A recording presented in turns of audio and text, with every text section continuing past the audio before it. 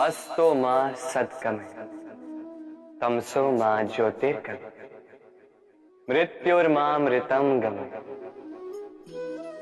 कभी आपने सोचा काला रंग ना होता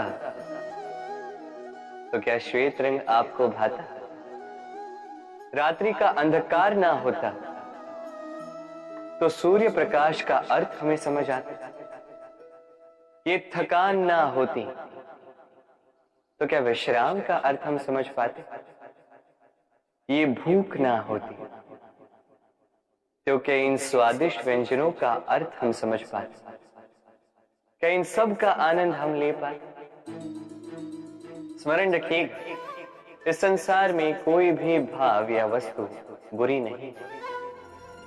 यदि आप मानते हैं कि बुरी है तो किसी कारण से ये बुराई आवश्यक है, अन्यथा ईश्वर इसे हमारे संसार में रखते ही। इस बुराई का उद्देश्य है हमें अच्छाई का आभास करना, ताकि हम अच्छाई में अपना लक्ष्य साध सकें। इसलिए बुरों से कभी घृणा मत कीजिए, ये तो केवल भलाई की आवश्यकता के जनक है। उन्हें भले में परिवर्तित कीजिए,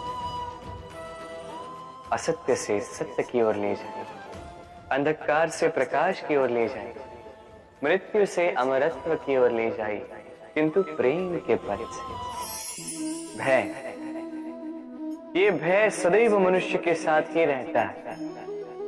कुछ खो देने का भय, जो पा लिया उसे खो देने का भय, अब जिसके हम निकट हैं उसके दूर चले जाने का भय, जो हमारा है हमसे छिन जाने का भय।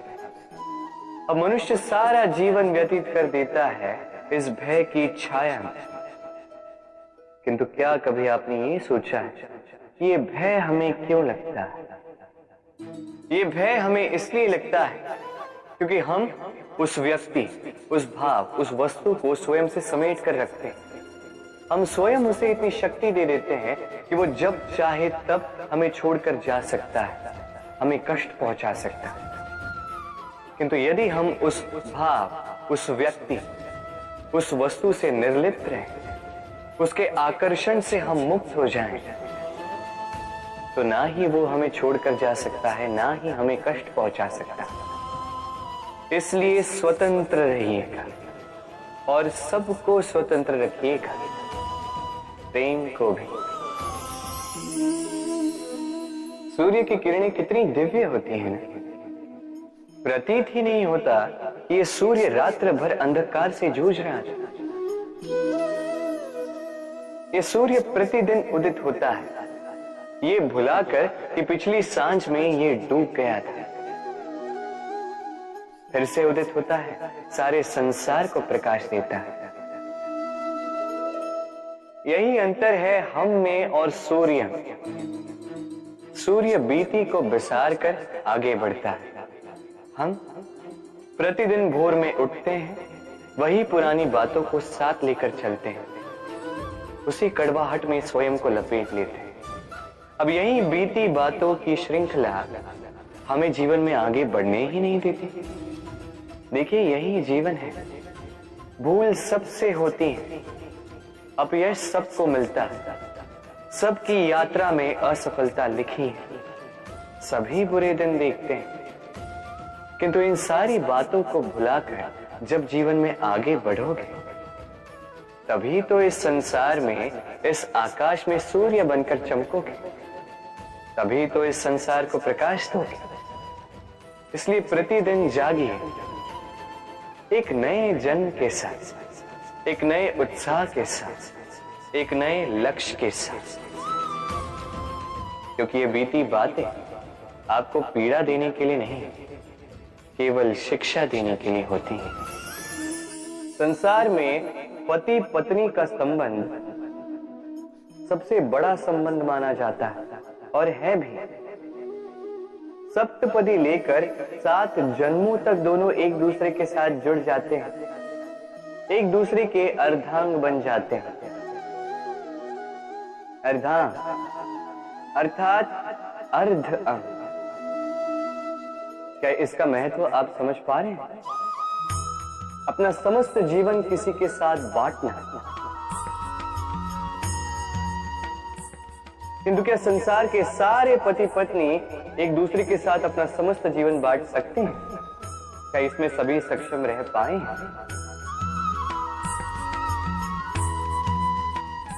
अपना जीवन किसी और के साथ बांटने के लिए सबसे महत्वपूर्ण बात है स्वीकृति, स्वीकार करना। सामने वाले व्यक्ति को स्वीकार करना, उसकी अच्छाइयां भी, उसकी बुराइयां भी। संपूर्णतः रूप से व्यक्ति को स्वीकार करना होगा, तभी ये संबंध बढ़ेगा, तभी ये संबंध और भी सुंदर बनेगा।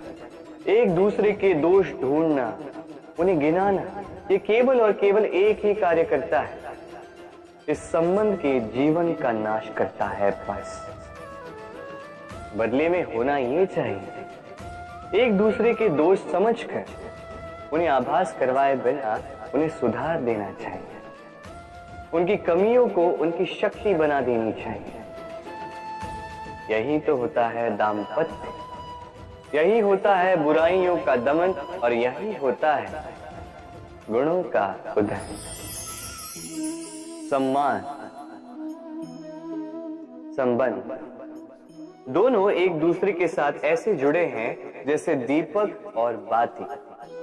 ना कोई कम है ना कोई अधिक, दोनों का अधिकार समान होना चाहिए, जैसे पति पत्नी का संबंध।